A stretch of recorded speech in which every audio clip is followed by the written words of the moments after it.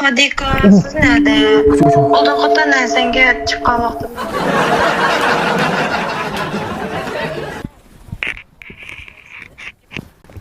Xotin. Ha? Ha.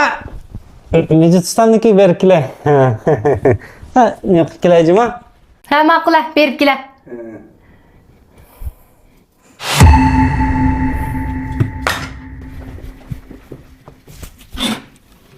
Uy, ay yugurib ketib qolg'inni. Xap, to'xtabdi.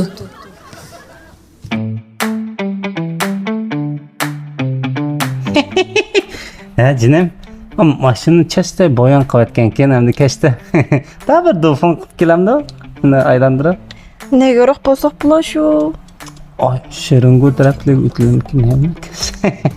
Sta, ne kadar qilmaydi.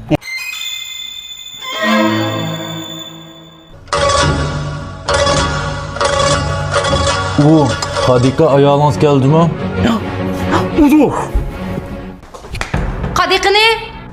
Hey! Qadiqini?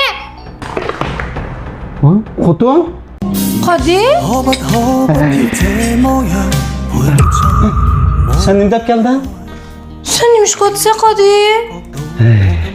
Bu neymiş? Hammam shu uy uchun, oila uchun hamda ishlayotganligini mijit ustamnikida.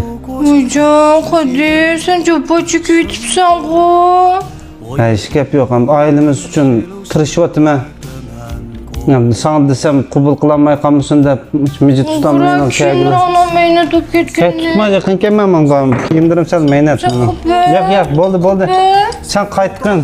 Men yana ozroq ishlab kech bo'ldiroq borma uyga juma. La bunam oltirab ishlasmay yetib ishlayman deyapti. Mushmas men yetib ishlashi.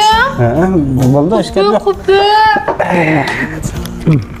Sen qaytqin. Mening yana ozroq ishim bor. Pamir? Sen bu Pamir degani yo'q, şirket avatgan to'ng'u, bu sen yetsan ku. Pamir cho'ng shirkat, butun Shinjonda vakolatchilar bor. Biz ishlashga bo'g'dak cho'ng shirkat. Xotirjam bo'lasan, qaytaverma. İşlerim bor, ishlarimni qilib. Undan so'ng oba ketayotgan tomqimni oxirini o'tkaztiray chaqaroq kelar. Ma'qul.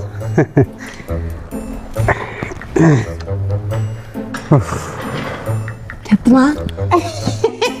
Katta, oshib ketdi qilsa. Ay ahırı gitti ya. Talab suv ketdi juma mendan. Ben bekisip gittim. Nasıl mashinani boyanini qilib bo'pti. Nasal qilib kellar? Maqul. Hiç yerin qo'g'la. Ha, seni Maqul. To'sib qopti men xato tushunib qolg'ili. Tuxum sevlatsam bularmi ya? Yeşil sevlatsam bularmi? O'zim bir so'rab qaychi.